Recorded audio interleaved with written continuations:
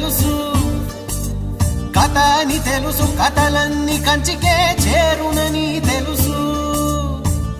తెలుసు తెర తొలుగుతుందని, తెలుసు తెల్లారుతుందని, తెలుసు ఈ కట్టె పుట్టుకుమంటదని, తెలుసు ఈ మట్టి మట్టిలో కలిసిపోతదని.